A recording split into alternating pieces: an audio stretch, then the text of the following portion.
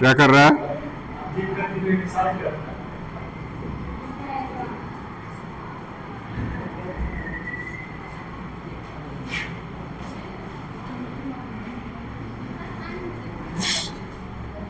ठीक, एक बार फिर से एक्सप्लेन कर देते हैं। ये दो फिगर्स दिए हुए हैं, एक में ट्रायंगल एबीसी और एक में पीक्यूआर है। एक तरफ बोल रहा है कि AB और PQ, AB और PQ एक दूसरे के इक्वल है, AB is equal to PQ। दूसरा कह रहा है कि AM PN के इक्वल है और BM QN के इक्वल है। ये तीन चीजें क्वेश्चन में पहले से दे रखी है। अब कह रहा है सबसे पहले प्रूफ करिए ABM। तो ABM कहाँ है? ABM और इधर PQN। ये तो सीधे यहां देखिए, साइड साइड और साइड, साइड साइड साइड से खत्म हो गया। लिखिए by using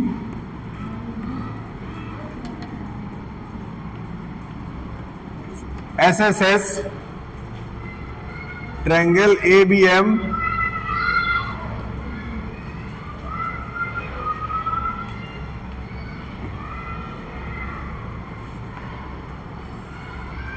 is congruent to triangle PQN.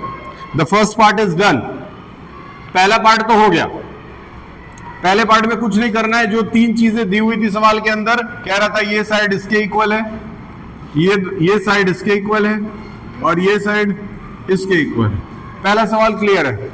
दूसरा क्वेश्चन में कह रहा है ट्रायंगल ABC को PQR के कॉन्ग्रुएंट कर दीजिए। ABC यानी कि टोटल। अब कुछ हिस्सा इसका रब करना पड़ेगा, मिटाना पड़ेगा। मिटा रहे हैं।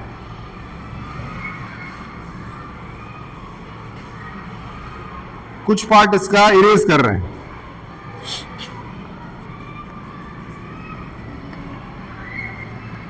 ट्रायंगल ABC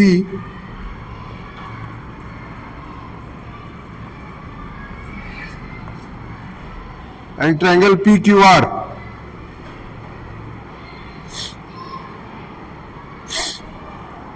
लिखिए AB,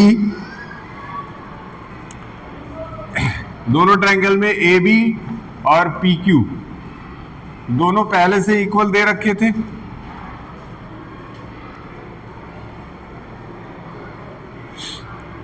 ठीक, दूसरा AM is equal to PN, ये दोनों इक्वल मीडियंस हैं, इक्वल मीडियंस, इक्वल मीडियंस। अगर दो ट्रायंगल में मीडियंस इक्वल है तो वो दोनों एक दूसरे के कॉन्ग्रुएंट कहलाता है। तो इसमें कोई SSS या RHS या SSS ASA का रूल लगाने की जरूरत नहीं है, क्योंकि ये दोनों ट्रायंगल में ये जो लाइन है ना, ये वाली लाइन बीच वाली, ये जो बीच वाली लाइन है उसको क्या कहते हैं? मीडियन। क्या? मीडियन। याद रहे, ये हमारी लाइन कहलाती है मीडियन। तो अगर दो ट्रायंगल के अंदर मीडियन इक्वल है, मीडियन एक दूसरे के बराबर है, तो वो ट्रायंगल क्या होता है? एक दूसरे के कॉन्ग्रुएंट होता है। सिंपल टेक्निक है। ठीक, तो यहां एक स्टेटमेंट लिखेंगे। लिखिए if medians of two triangle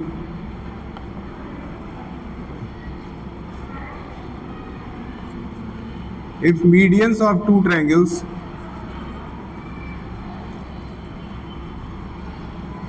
are equal, then the two triangles are congruent. The two triangles are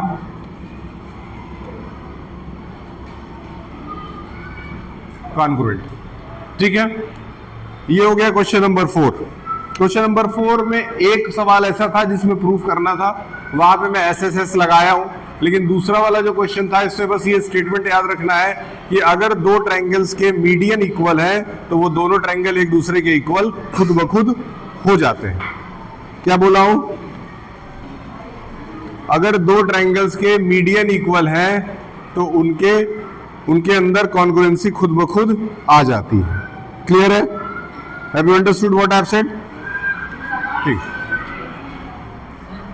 हाँ, ये क्वेश्चन नंबर 3 है। 4 डाल दिए क्या? ठीक है, आप क्वेश्चन नंबर 4 करा रहे हैं।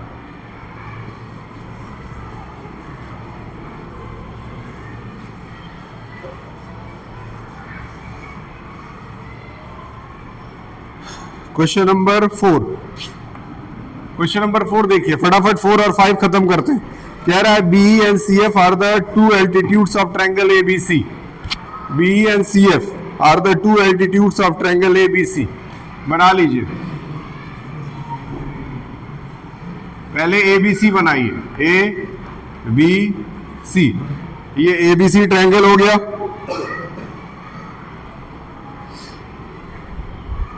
इसमें दो एल्टीट्यूड्स हैं, एक बी और एक सीएफ।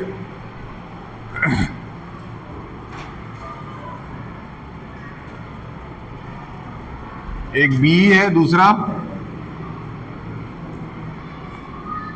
सीएफ। ये डायग्राम हो गया। अब कह रहा है यूजिंग आरएचएस, आरएचएस का यूज करके प्रूफ करिए कि एबीसी एक आइसोसेलेस ट्रायंगल है।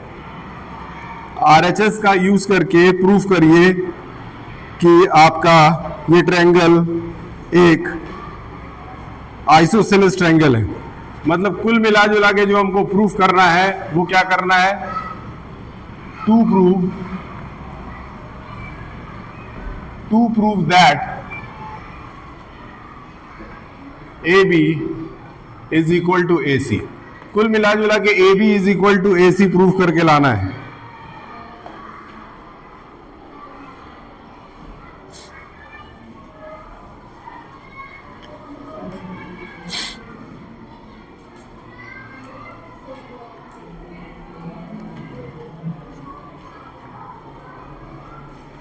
AB और AC को इक्वल प्रूफ करके लाना है। लिखिए, इन ट्रायंगल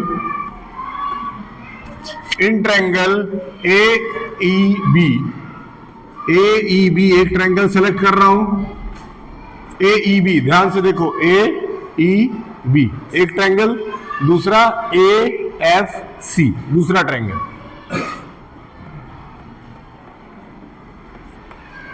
AEB और AFC।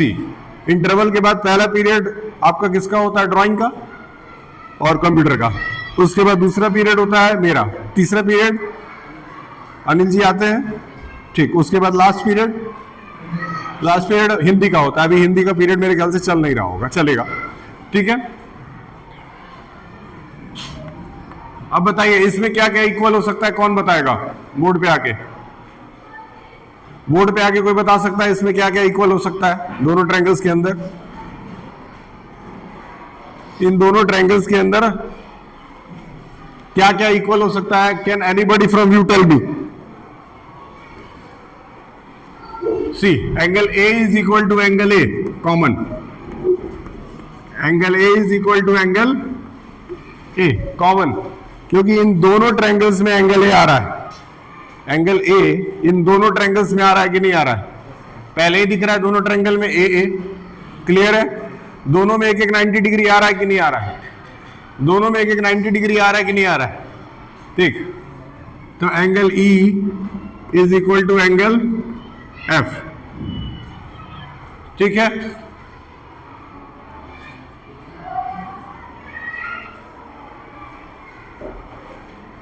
अब एक चीज और चाहिए, देखो भैया, हम लोगों को दो यहां डाल दीजिए, राइट एंगल। ये आना चाहिए आपका क्या, ये राइट एंगल आना चाहिए। क्लियर है? क्लियर है? जब नोट करते हो ना, जब तक नहीं समझ में आए मत लिखो कॉपी में, कोई मतलब नहीं बनता। जब आ जाए तब लिखो कॉपी में। ये छोड़ दूंगा मैं 10 मिनट, जब तक समझ में ना आ जाए लिखने का कोई मतलब नहीं बनता है। तुमको समझ में भी आ रहा है कि केवल लिख रहे हो? क्लास के समय बातचीत मत करो।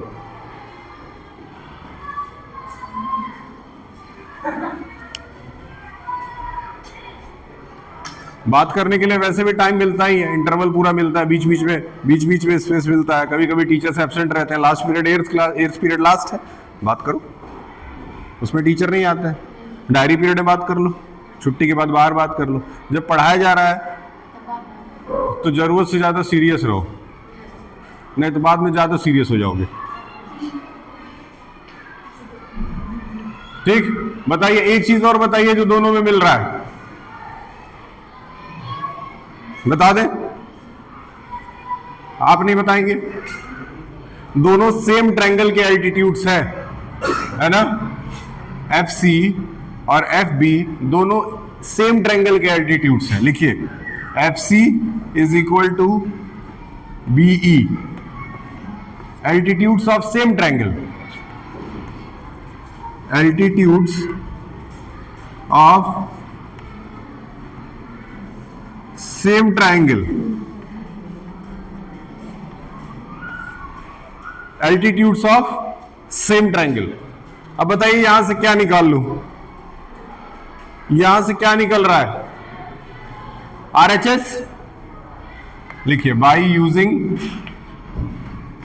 यूजिंग आरएचएस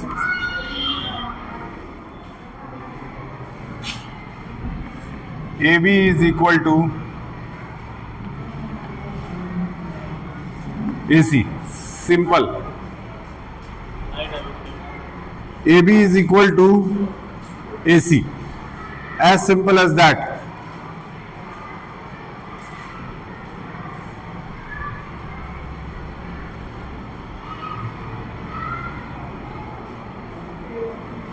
कॉन्ग्रुएंसी प्रूफ किए। देखिए इस चैप्टर में एक चीज बता देते हैं। सपोज आपके सामने यही सवाल आ गया, सपोज ये सवाल आ गया, नॉर्मली मान लेते हैं ये एग्जाम में यही क्वेश्चन आ गया, आपने लिखना शुरू किया। सबसे पहले तो आप डायग्राम सही बना दिए। मान लेते हैं सपोज 5 नंबर का सवाल है, कितने का, 5 का। डायग्राम आप सही बनाएंगे आपको 1 नंबर मिल गया तुरंत। डायग्राम सही है तो 1 नंबर मिल गया। आपने टू प्रूफ सही लिख दिया, 1 नंबर और मिल गया। ठीक, आपने अगर ये तीनों सही लगा दिया 2 नंबर और मिल गया, और लास्ट में ये सही लिख दिया 1 नंबर यहां से मिल गया। 1 2 3 2 5, ये तरीका है नंबर देने का। अब ये पहला स्टेप, दूसरा स्टेप, तीसरा स्टेप, चौथा स्टेप। अब मान लेते हैं कोई बच्चा यहां से करना शुरू किया और हो सकता है यहां तक आते आते वो फंस गया, तब भी वो कितना पा जाएगा, 2 नंबर पा जाएगा। इसीलिए क्या करना है, जितने स्टेप सही होंगे उतना नंबर मिलेगा।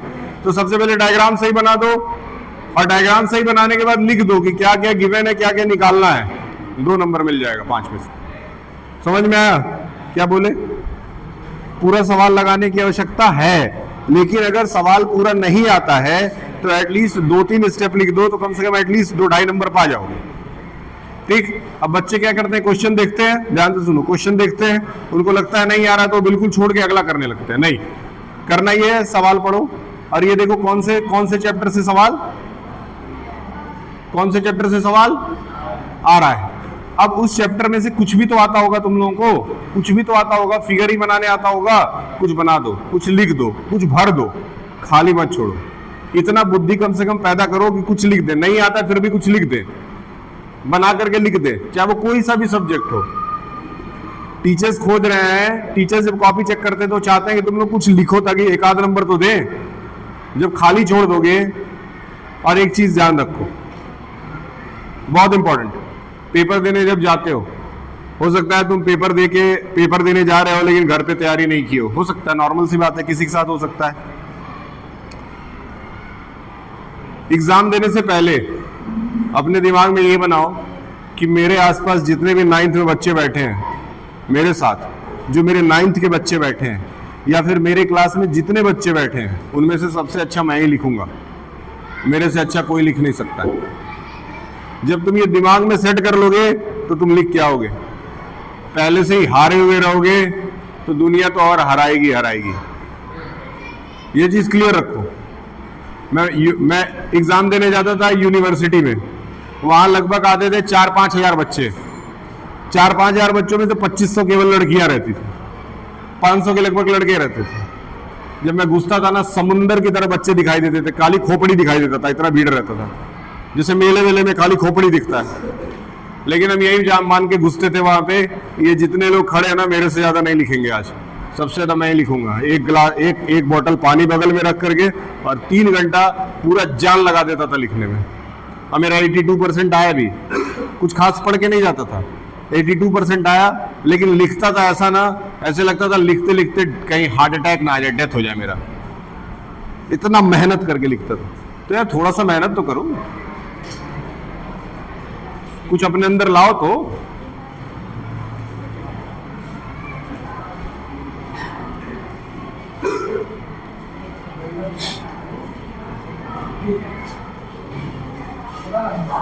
ठीक है, एक क्वेश्चन और बचा, इसको फाइनल करते हैं 5।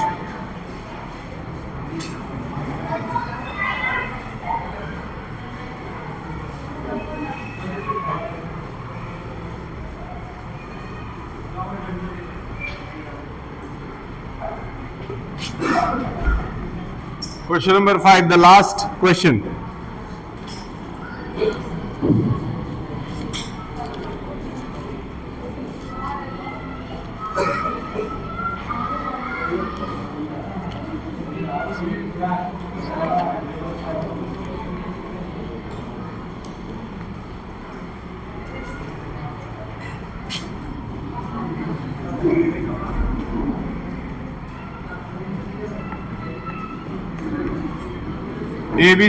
ABC एक आइसोसेलेस ट्रायंगल है। आइसोसेलेस ट्रायंगल का मतलब क्या हुआ? गिवन क्या क्या है? AB is equal to AC। ये सबसे पहले तो आइसोसेलेस ट्रायंगल है तो दो साइड्स इक्वल होने ही चाहिए। उसके बाद है draw AP perpendicular to BC। ऊपर से एक लाइन बनाइए, ऊपर से एक लाइन आएगा यहां पे और ये 90 डिग्री होना चाहिए। AP is perpendicular to BC। अब show that angle B is equal to angle C। Simple, angle B और एंगल C को इक्वल प्रूफ करना है। चलो फटाफट कर देते हैं, 2 मिनट का काम। सबसे आसान सवाल है लास्ट में। इसमें आप 2 ट्रायंगल लेंगे, एक इधर का और एक 2 ट्रायंगल। लिखिए, in triangle ABP and triangle APC। ABP और APC। AP is equal to PA।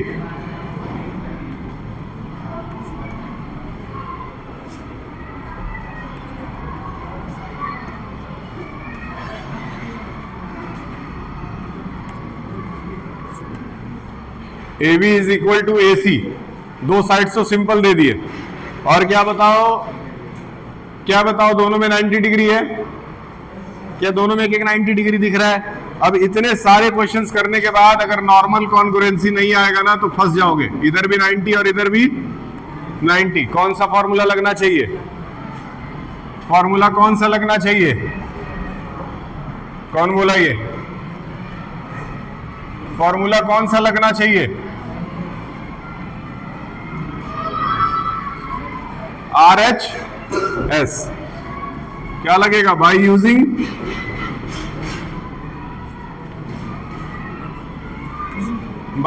RHS।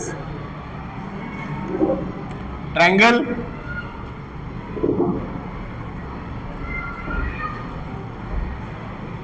ABP is congruent to triangle APC। APB is congruent to triangle AP3। From yesterday we have started an English speaking class also, and you peoples, आप लोगों का English speaking जो है वो Saturday को है जी। क्या है? किसका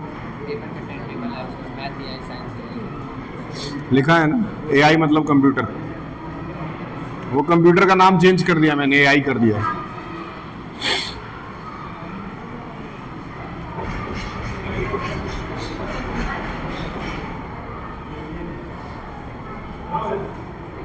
फाइनल है ये। लास्ट में एक लाइन लिखिए, ये हाफ ईयरली के पोर्शन का आखिरी लाइन है।